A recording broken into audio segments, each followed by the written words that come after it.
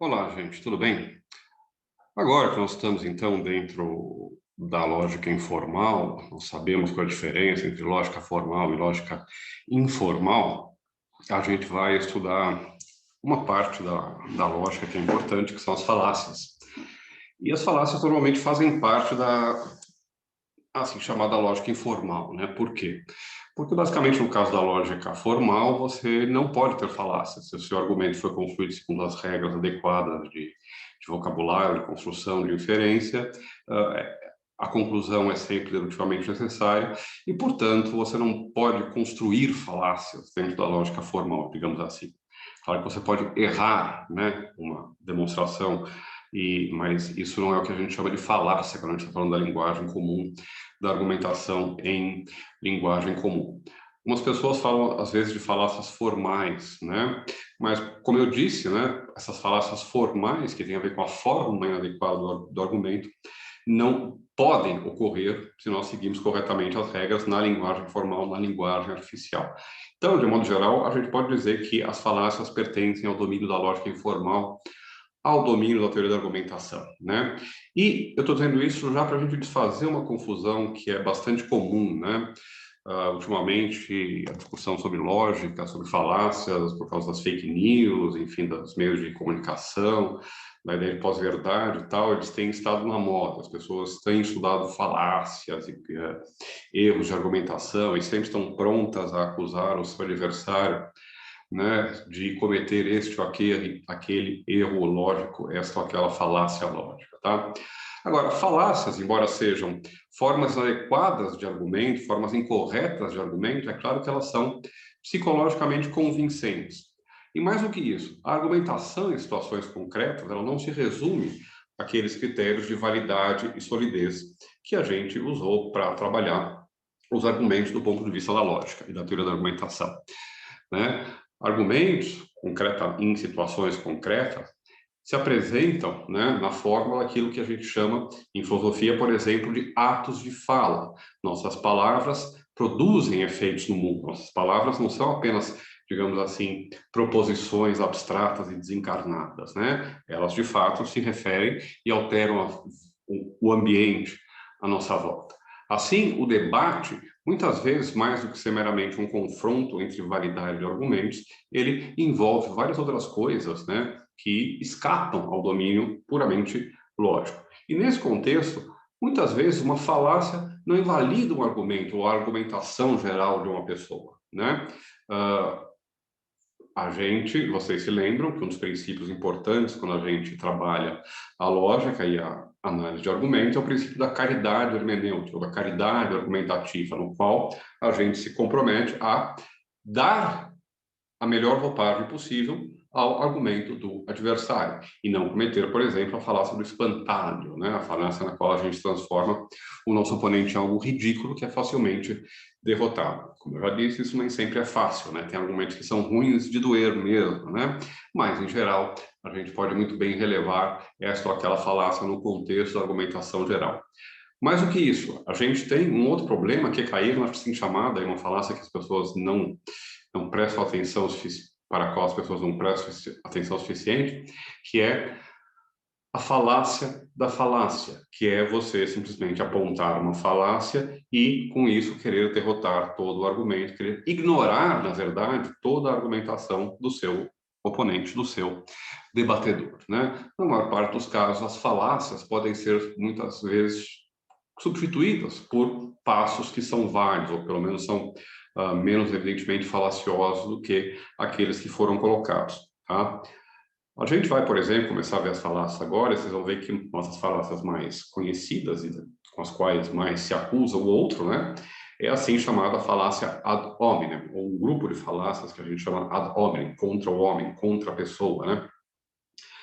Agora, vejam, às vezes, num contexto argumentativo concreto, você se referir ao caráter da pessoa, você se referir à situação, à história passada da pessoa que está defendendo esta ou aquela posição, é relevante. É claro que você está discutindo, por exemplo, desmatamento, é relevante saber se o sujeito que está defendendo aquilo lá é um pequeno agricultor, é um ou é um latifundiário, ou, enfim, ou é um técnico do Ministério do Meio Ambiente, né? Faz diferença. Bom, então dizer, olha, você está falando isso, mas você é tal coisa, né? Nem sempre é irrelevante, né? Se um deputado propõe que se legalize uma certa reserva, uma certa área onde não pode produzir arroz, por exemplo, que é uma reserva indígena, e a gente descobre que ele é dono de uma grande produção de arroz perto daquelas terras, e que ele tem interesse em comprar aquelas terras, é claro, né, que a sua posição, né, é relevante para a discussão, então o ad hominem ele não é irrelevante. Há vários outros casos em que em que o apelo a aparentes falácias se justifica, né? Há uma falácia que se chama, por exemplo, ad populum, o apelo à maioria, né? Ah, todo mundo acha isso, todo mundo quer isso. Bom, em muitos contextos, né, de fato, a opinião da maioria é irrelevante, né? A opinião da maioria para decidir, por exemplo, sobre tratamentos clínicos é irrelevante. O que interessa é a opinião dos técnicos, né? A opinião da maioria sobre julgamentos do Supremo Tribunal Federal é irrelevante. O que interessa é a opinião dos juízes, dos juristas e assim por diante, né? Agora, por exemplo, em questões sobre a condução do país, sobre a adoção de políticas públicas, a opinião da maioria é relevante. Hoje demitiram um ministro que era muito mal avaliado. É claro que ele ser mal avaliado pela opinião pública é relevante para a queda ou não do ministro. Eu dizer, por exemplo, que ninguém aguenta mais esse ministro não é irrelevante no contexto da argumentação concreta, por exemplo, sobre a política brasileira, ok? Dito isto, vamos passar ao estudo das falácias, tá? Eu não vou me deter muito, tá? Porque qualquer livro de lógica tem uma boa lista de falácias. Vocês acham na internet vários livrinhos ou guias com as listas, as falácias mais comuns. Tem várias pessoas competentes que fizeram vídeos, né, na internet sobre falácias. Então, eu simplesmente vou seguir o livro, né, para a gente não se perder, para a gente ter uma ordem, e vou comentar algumas coisas que eu acho importantes para familiarizar vocês com as falácias, tá? Depois, o que a gente vai fazer, depois que a gente conhecer as falácias, vai ser expandir um pouco isso que eu apresentei agora sobre como se dá de fato a argumentação em contextos concretos, como a gente se engana de fato em contextos concretos, né? Vocês vão ver que os vícios do nosso pensamento, os vícios da nossa argumentação, têm menos a ver com falácias lógicas do que muitas vezes com viés e preconceitos de natureza psicológica, com hábitos psicológicos de pensamento que a gente, pela seleção natural, pela cultura, pela criação, e assim por diante, nós inculcamos, nós instalamos em nós, certo? Então, isso aí vai complementar um pouco, vai sair um pouquinho do domínio da lógica, exatamente falando, mas vai complementar um pouco a nossa discussão sobre falácias, tá? Vocês pegaram o livro do Note, lá no capítulo 7, é dedicado às falácias. E na página 345, ele faz uma classificação das falácias em 6 classes, tá? E mais uma vez, eu quero dizer para vocês que não se preocupem com isso, tá? Os livros de lógica normalmente têm classificações bem diferentes das falácias. Alguns agrupam em um ou dois grupos, né? Formais e informais, ou de relevância e semântica, enfim. A gente pode fazer várias divisões, né? Por que isso acontece? Porque embora o homem seja capaz de acertar de muitos poucos modos, por isso que coisas que são óbvias demoram séculos para serem descobertas, como, por exemplo, o cálculo ou a lógica de predicados, né? Nós nos enganamos de infinitas e diversas maneiras, né? A nossa capacidade de acertar ela é limitada, a nossa capacidade de errar é ilimitada e absoluta. Nós temos uma capacidade de sempre criar erros novos e novas formas de nos enganarmos, logicamente, tá? Por isso não há nenhuma classificação das falácias, né? A cada dia surgem falácias novas, né? Falácias, por exemplo, que contemplam certos discursos que aparecem na mídia, nas redes sociais. A gente tem sempre uma produção, né, de nomes, de carimbos nas falácias, né? Então, mais do que decorar nomes de falácias, decorar listas de falácias, o que interessa é ser capaz de reconhecer erros na argumentação nossa e alheia, e na nossa é muito mais difícil, né? E ser capaz também de reconhecer quando é que eles são, de fato, relevantes e quando eles não chegam a invalidar ou determinar a morte do argumento, ok? Bom, só para falar da classificação que o Note oferece, ele divide as falácias em 6 grupos, né? De relevância, de raciocínio circular, semânticas, indutivas, formais e de premissas falsas, tá? As de relevância ocorrem quando, obviamente, as premissas não têm relevância, não têm relação com a conclusão. Mas vejam, outro grupo que ele apresenta aí é o das falácias indutivas. E vejam, ele diz que as falácias indutivas ocorrem quando a probabilidade de um argumento, dadas as suas premissas, isto é, essa probabilidade indutiva, é baixa, ou pelo menos perdão, menor que aquela que o argumentador supõe. Vejam, qual é a fronteira entre falácias de relevância e falácias de indutivas, probabilidade, né?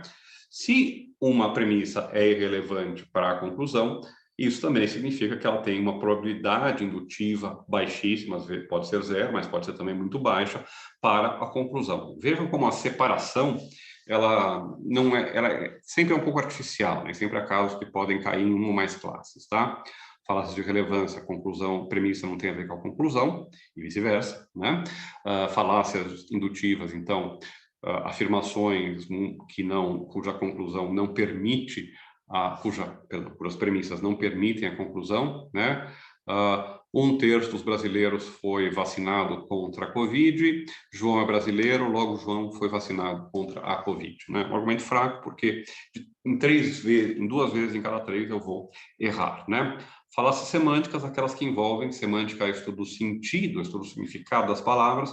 Então, falácias semânticas são aquelas que envolvem um mau uso das palavras, um uso impreciso, vago, obscuro das palavras, né? Vagueza, equívoco, enfim. A gente vai ver essas falácias, mas são falácias que têm a ver com o significado das palavras, né? Mudar o sentido de uma palavra, por exemplo, no meio de um argumento. Falácias formais, né? E falácias de premissas falsas. Falácias de premissas falsas, na verdade, elas podem ocorrer em argumentos que são perfeitamente válidos, né? A gente viu que aquilo que a propriedade de um argumento de ter premissas verdadeiras é a sua solidez, né? E faz parte do domínio, então, da lógica informal, da epistemologia, do conhecimento, das ciências particulares, e não tanto da lógica. Por isso que eu, por exemplo, não colocaria falácias de argumentos com premissas falsas entre as argumentos falaciosos, né? O argumento do gato de 5 patas, né? Romário é um gato, todos os gatos têm 5 patas, logo Romário tem 5 patas, né? Ele é perfeitamente válido, mesmo que as premissas sejam falsas, né? Então, não há nenhuma falácia que está sendo cometida aí, a não ser no contexto da argumentação, quando a gente sabe que o Romário, o jogador de futebol, não é um felino e que os felinos não têm 4 patas, ok? Então, tá bom. Peguem um café, deem uma pausa no vídeo, que agora a gente vai começar a passar as falácias mais ou menos uma a uma, tá? O primeiro tipo de falácia de relevância é a falácia do tipo ad hominem, tá? E um outro nome que nós damos para falácias de relevância é non sequitur. Non sequitur simplesmente significa, em latim, não se segue. Disso não se segue. A conclusão não se segue das premissas, né? Então, praticamente todas as falácias são falácias de non sequitur, né? Mas, em geral, a gente reserva o non sequitur para um tipo particular de relação entre premissa e conclusão, onde, de fato, parece não haver sustentação ou apoio para a conclusão nas premissas, tá? Então, às vezes, a gente fala-se da falácia de non sequitur, ou às vezes se fala do non sequitur como um grupo, um conjunto de falácias, por exemplo, as falácias de relevância, tá? Eu não quero complicar a vida de vocês, não. Eu quero mostrar para vocês, né, que essas classificações, a gente tentar fazer listinhas de falácias vai mais prejudicar do que ajudar, provavelmente, tá? Pelo menos na minha experiência. Bom, vamos começar então com as falácias ad hominem, né? Deixa eu projetar agora, né? Vamos fazer o share do screen. Vamos projetar o screen do Note aqui, né? Página 346 agora. Vamos lá, falácias de relevância, tal. Então vejam aqui. O primeiro tipo de falácia de relevância são os argumentos do tipo ad hominem, né? E os argumentos do tipo ad hominem ofensivo, como o nome diz, né? Atacam, ofendem a pessoa que está argumentando. argumentando, né? Esse é o caráter, né? O que for, né? Família, sexo, moral, posição social, blá, blá, blá, tá? E isso, obviamente, a gente quer, com a desqualificação da pessoa, desqualificar o argumento. Vamos ver alguns exemplos aí, né? Os exemplos do Note não são muito criativos, né? Os lógicos não são muito criativos para dar exemplos, né? Se eles fossem, eles seriam provavelmente poetas ou compositores e não lógicos, né? Criatividade nem sempre é uma característica, né, dos lógicos. Talvez seja só dos grandes, um Tarski, um Gödel ou do Frege e assim por diante, né? Mas vamos tentar trabalhar com esses exemplos. Eu vou modificar eles um pouco para eles ficarem mais palatáveis, tá? Então, vamos lá. Vamos fazer um que diz do nosso momento atual, né? As pessoas estão dizendo que a vacinação é o melhor tratamento para a Covid, enquanto o outro grupo, né, diz que a gente tem que aplicar o tratamento precoce, né? Então, funciona. A falácia, ela é popular, livre e restrita, né? Ela aparece em todos os lados. Então, a gente pode usar tanto um exemplo do lado político que você gosta quanto do outro, que sempre vai funcionar a falácia. As falácias vão ser encontradas nos dois, tá? Bom, então digamos que eu diga, o João defende o tratamento precoce contra a cloroquina, tá? E aí eu digo, mas o João é um bolsonarista, vigarista, não sei o quê, blá, blá, blá. Tem alguma relação com o valor ou não do tratamento precoce com cloroquina contra a Covid? Não, não tem, né? É claro que no contexto concreto, né, isso diz alguma coisa, apela a certas emoções, né, mas não diz nada, né, sobre o que se está debatendo, né? Ou, digamos, por exemplo, alguém diga, João defende a vacinação pelo SUS como o melhor tratamento para a vacina. Mas o João é um comunista, petralha, comedor de mortadela, né? Então não tem que levar a sério o que ele diz. Bom, mais uma vez, ele ser qualquer coisa dessas tem a ver com a eficácia ou não da vacinação? Não, claro que não tem. Então, nesses casos, o que a gente tem é simplesmente um ataque ad hominem, uma falácia ad hominem, né? Na qual a gente tenta desqualificar o argumento, desqualificando a pessoa que apresenta o argumento. Esse caso aqui, do segundo exemplo, é um caso interessante, tá? E mostra um pouco, né? A resposta do exercício diz, olha, é um caso limítrofe, né? Mas, bom, é um caso limítrofe por quê? Porque essas classificações não são totalmente fáceis de ser aplicadas sempre, né? João disse que viu meu cliente cometer um crime. João é um bêbado inveterado. O testemunho de João é sem valor. Bom, por que isso é um caso limítrofe? Por que aqui a falácia do ad hominem não é tão irrelevante ou não invalida o argumento? Bom, porque se ele estava bêbado quando viu alguém cometer um crime, é provável que a percepção dele, a confiabilidade dos seus sentidos não seja a melhor possível. Então, nesse caso, é relevante. Bom, se ele é um bêbado inveterado, mas era 9 da manhã, ele tinha acabado de acordar, não tinha tomado ainda sua primeira dose de 51 no boteco da esquina e estava perfeitamente sóbrio na sua ressaca, não tem porquê trazer à baila o fato de que ele é um bêbado inveterado, né? Vamos torcer para que ele não apareça bêbado no tribunal. Mas, nesse caso, não é relevante. Vejam como classificar falácias, reconhecer falácias é uma coisa que requer mais uma certa sutileza, um certo tato do que regras que a gente pode aplicar sempre. Tá? Depois vocês vejam os outros exercícios e exemplos que eles dão no livro, né? Sigam o livro para essa tudo que a gente está vendo, né? A falácia de culpa por associação é uma tentativa de repudiar uma afirmação, atacando não o proponente da afirmação, mas as pessoas do seu relacionamento, né? Isso também se chama envenenando o poço. É um exemplo muito semelhante àquele anterior, né? Como é que tal sujeito pode ser honesto se os filhos dele são todos ladrões, né? As pessoas falavam isso do Bolsonaro, falavam isso do Lula, né? Então, exemplo que eu posso usar sem muito medo, né? Bom, diz alguma coisa de fato, é claro que na vida real pode ser um indício, mas logicamente não há relação entre com quem uma pessoa anda e a validade ou não dos seus argumentos, tá certo? Então vamos supor, né, que eu diga que a vacinação é o melhor tratamento para meio de conter a pandemia. E aí vocês dizem, mas você só anda com aquele bando de alunos né, despenteados, mal vestidos da filosofia, né? Então, o que você diz é coisa de comunista, que não tem valor, né? É claro que isso não tem a ver com a validade ou não do tratamento. E o contrário também, tá? Não vou ficar repetindo os exemplos, vocês entenderam, tá?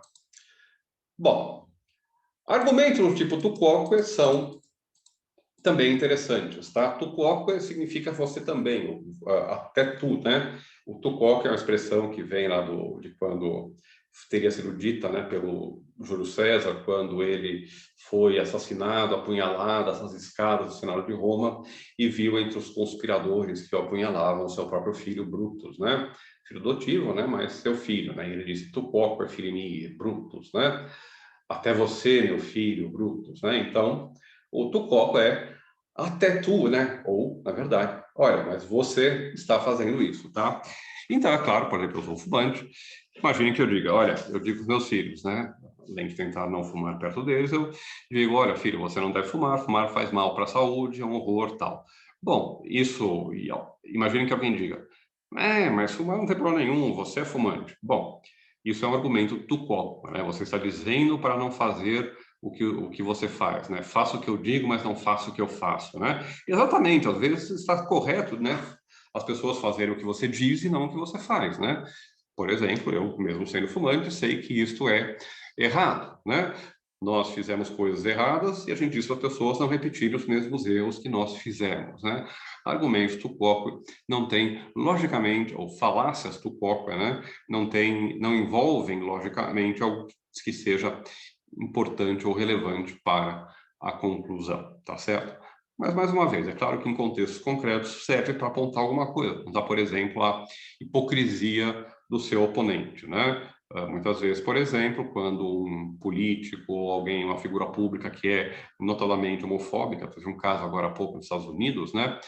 De um pastor que era todo contra qualquer direito aos gays, os gays vão queimar no inferno e assim por diante, e ele descobriu, com vídeo e tudo mais, que ele era homossexual e tinha um caso homossexual lá com um rapaz e assim por diante, né? E aí você fala, olha, você aponta, né? Isso é uma falácia tu quoque? Não, você está apontando, a tua conclusão é, esta pessoa é um moralista hipócrita, esta pessoa é hipócrita, né? É um outro caso, né? Porque aquilo que importa não é você apontar o dedo, mas é você dizer, olha, você está sendo hipócrita, porque você está defendendo como ruim, publicamente, uma coisa que você não considera ruim intimamente, né? Essa é a diferença. O sujeito que fuma e diz que não é para fumar, ele considera ruim fumar e mesmo assim fuma. Nesse caso, ou em casos semelhantes, o que a gente tem é hipocrisia, isso que se aponta quando a gente usa o tu quoque, né? Então, vejam, as falácias sempre dependem do contexto, né? Por isso que elas fazem parte da lógica informal, né? Vamos em frente. Argumentos do tipo interesse revestido, tá? São aqueles argumentos, aquelas falácias lá do sujeito que quer acabar com uma reserva indígena porque quer plantar arroz na reserva indígena, né? Falácias da domínio circunstancial, né? Também leia, mas também não é nada super importante, tá? Agora, uma coisa interessante, ou que aparece aqui em um certo momento, vejam só, página 351 do meu livro. Argumentos são os argumentos do tipo homem de palha. Vejam aqui, homens de palha são aquele que eu chamei de espantalho, né? E ele fala que o termo vem da esgrima medieval, onde os participantes se aqueciam praticando contra bonecos, homens de palha, antes de enfrentar os adversários, né? Mas na verdade também vem de uma verdade do Platão, né? No Platão já tem uma expressão, uma imagem muito semelhante a essa, tá? Bom, e os argumentos do tipo homem de palha é você simplesmente ridicularizar e tornar o argumento do seu oponente tão irreconhecível, apresentar dele a pior versão possível, de modo que ele praticamente se autorrefute, né? É o que, por exemplo, vão fazer quando fazem, por exemplo, aqueles que são contra a discriminação do aborto, quando chamam qualquer um que defende a legalidade do aborto, pelo menos em certos casos, de assassino, né?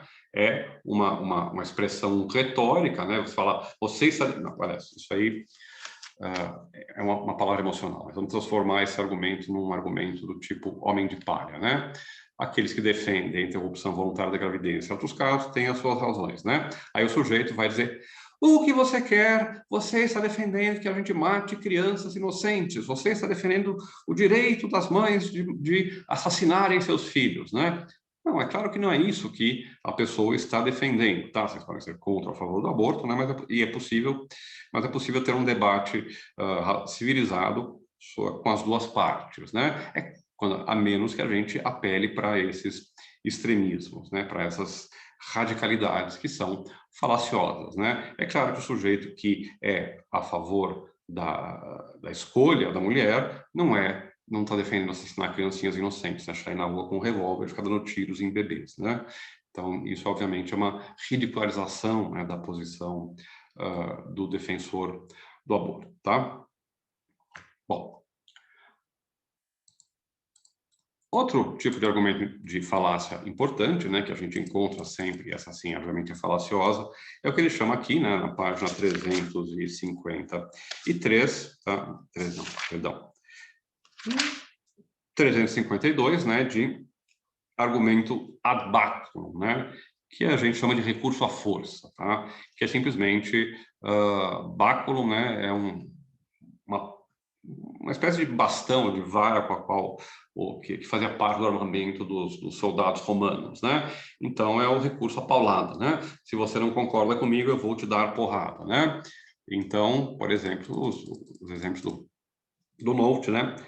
Pai, limpe seu quarto, senão o quê? Senão você levará uma surra. É um argumento, é um recurso à força, é um argumento logicamente inválido? Sim, né?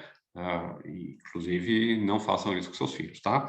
Mas é claro que, vejam que interessante, quando um pai fala para o filho ir limpar o quarto e, digamos assim, coloca alguma restrição disciplinar nele, se você não limpar seu quarto, você vai ficar sem videogame por uma semana, né? Isso, obviamente, não é um recurso à força, é um contexto argumentativo onde o que importa não é a relação lógica de derivação entre o que o pai está afirmando e aquilo que o filho tem que fazer, né? Envolve você ensinar disciplina, ensinar responsabilidade, assim por diante. Não é um contexto lógico. Uma coisa importante que eu não falei para vocês, tá? Falácias só aparecem em contextos argumentativos, tá? Muitas vezes as pessoas apontam falácias quando você não está argumentando, tá? A maior parte do nosso uso da linguagem não é para argumentar, é para confortar as pessoas, contar o que aconteceu, é para lembrar de fazer alguma coisa, é para dizer o que tem que comprar no supermercado e assim por diante, né? Se eu estou xingando uma pessoa, isso não é um argumento ad hominem, isso é simplesmente um xingamento. Se eu estou vendo o jogo do Palmeiras, o juiz rouba contra o Palmeiras, como ele faz todos os jogos, eu falo, juiz ladrão, filho da mãe, não sei o quê, ele fala, mas isso não é de homem, né? Não, não é de homem, porque eu não estou num contexto argumentativo. Eu não quero discutir, debater, né, com o juiz. Eu só quero extravasar e xingar o sujeito e mandar ele para aquele lugar, né? Bom, então, falácias só ocorrem em contextos argumentativos. Argumentos ad verecundiam é outro caso que é bastante interessante e bastante problemático, né? É claro que em certos casos o apelo à autoridade não significa nada, por exemplo, na publicidade, né? Se alguém diz, você deve comprar o cogumelo do sol porque o Sérgio Malandro toma o cogumelo do sol, você deve comprar tal marca de desodorante, né? Porque a Luana Piovani recomenda esse desodorante, né? Obviamente, isso não significa nada, né? Então, mas há casos, obviamente, que o apelo à autoridade, em que aquilo que parece ser um apelo à autoridade é simplesmente o apelo aos especialistas. Nesse caso, a gente não tem uma falácia. Se a gente quer decidir sobre a eficácia ou não de um certo tratamento para uma certa doença, para a Covid, por exemplo, eu tenho que ouvir cientistas, pesquisadores, médicos sobre isso, né? E não a Luana Piovani ou o Ernesto ou a sua tia que te mandou aquele zap lá, ou o sujeito que está lá escrevendo o seu blog no Twitter, né? Escrevendo, dando opinião no Twitter ou no Facebook, né? Então, o apelo ao especialista, né, é diferente do apelo à autoridade, tá?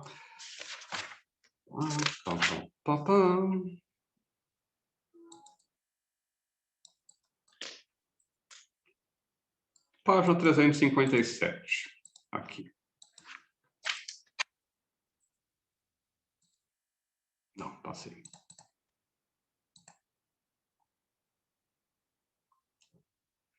Aqui, vamos lá. Outro tipo de falácia bastante importante, que eu já apresentei para vocês, é o apelo ao povo, né? E essa falácia tem a forma de x diz que P, logo P, né? A diferença é que, ao invés de apelar para uma autoridade, eu apelo para a maioria, a suposta opinião da maioria da população, né? Então, por exemplo, vamos ver o exemplo que ele vai dar para a gente. Todos acreditam que sexo pré-nupcial é errado, logo, sexo pré-nupcial é errado, né? Não, a maioria não é irrelevante para essa conclusão. Na época, em 1800, no Brasil, a maioria da população provavelmente era a favor da escravidão. Isso não tornava a escravidão moralmente correta ou desejável, né? A opinião da maioria é absolutamente irrelevante para esse tipo de conclusão, né?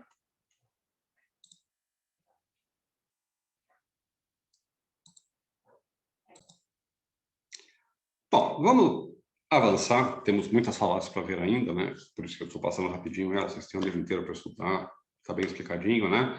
Falácia ad misericórdia, né? O apelo à compaixão, apelo à misericórdia. Professor, por favor, me aprove. Eu devo ser aprovado porque eu sofri muito, minha gata ficou doente, caiu uma árvore em cima da minha casa e assim por diante, né? Bom, obviamente isso em situações concretas nos leva a adotar uma outra postura como aluno, mas ele ser aprovado ou reprovado não tem a ver com aquilo que aconteceu com ele, né? Ou a qualidade do trabalho dele não tem a ver com aquilo por que ele passou, né?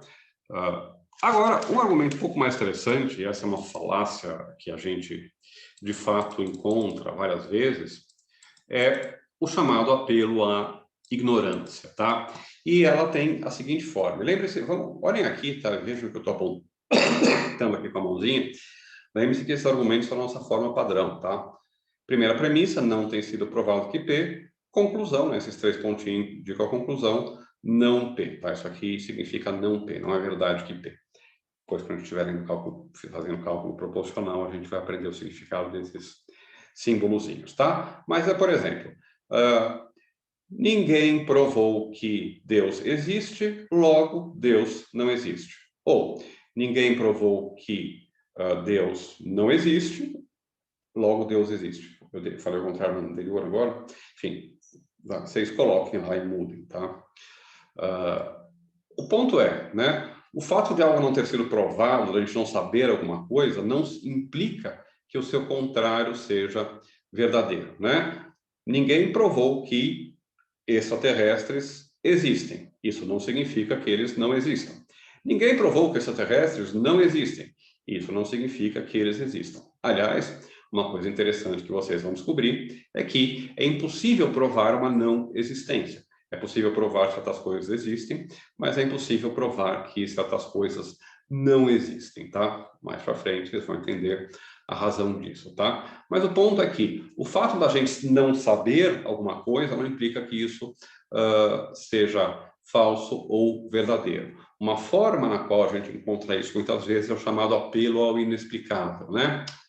Nossa, o sujeito ficou morto 3 minutos, depois voltou, né? E ninguém consegue explicar isso. Primeiro que a gente consegue, tá? Mas imaginem que a gente não tivesse como explicar isso. Bom, o fato de que a gente não sabe explicar como é que se deu esse processo pelo qual ele voltou, né?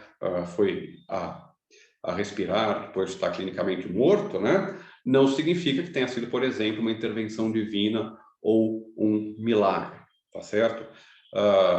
Por exemplo, imaginem que aparece uma marca misteriosa lá no deserto qualquer, né? A gente não sabe explicar como foi. Bom, eu não posso concluir do fato que a gente não sabe explicar como foi, que foram, por exemplo, extraterrestres, né? Uma forma na qual esse argumento aparece é, por exemplo, naquele programa dos aliens, o cara do ninho de pompa na cabeça, né, os antigos astronautas lá, fala, A gente não sabe como foram construídas as pirâmides, né? Logo, aliens construíram as pirâmides, né? Bom, primeiro que hoje a gente sabe muito bem como é que foram construídas as pirâmides. A gente tem explicações muito plausíveis e que funcionariam perfeitamente, né? Mas o fato de a gente não saber explicar alguma coisa, não se segue nenhuma conclusão sobre isto. O inexplicável, o inexplicado, aquilo que não tem explicação, não é o inexplicável, aquilo que não pode ter explicação, ok? Minha gente.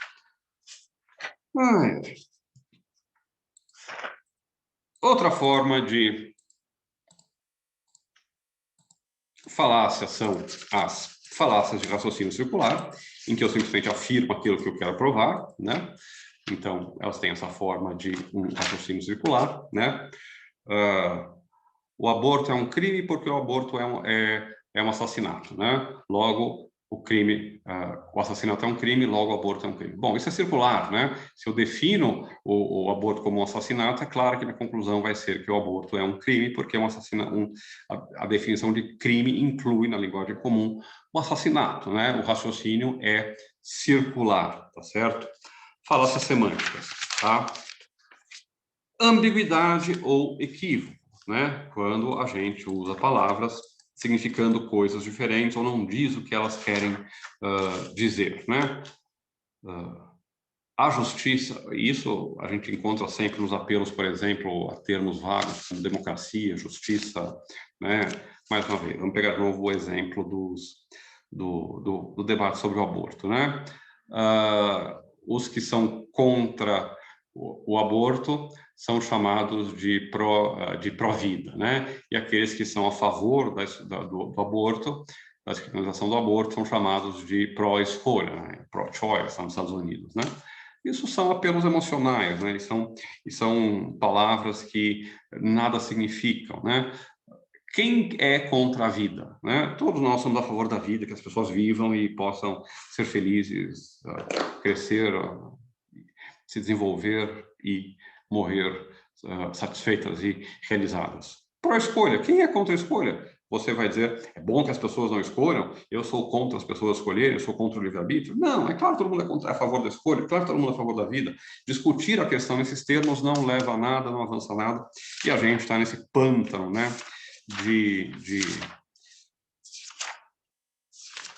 maus argumentos, tá? Bom, para não me estender mais do que eu já me estendi, eu vou ficar por aqui por enquanto. As falácias formais não entram porque eu disse que elas não existem, né?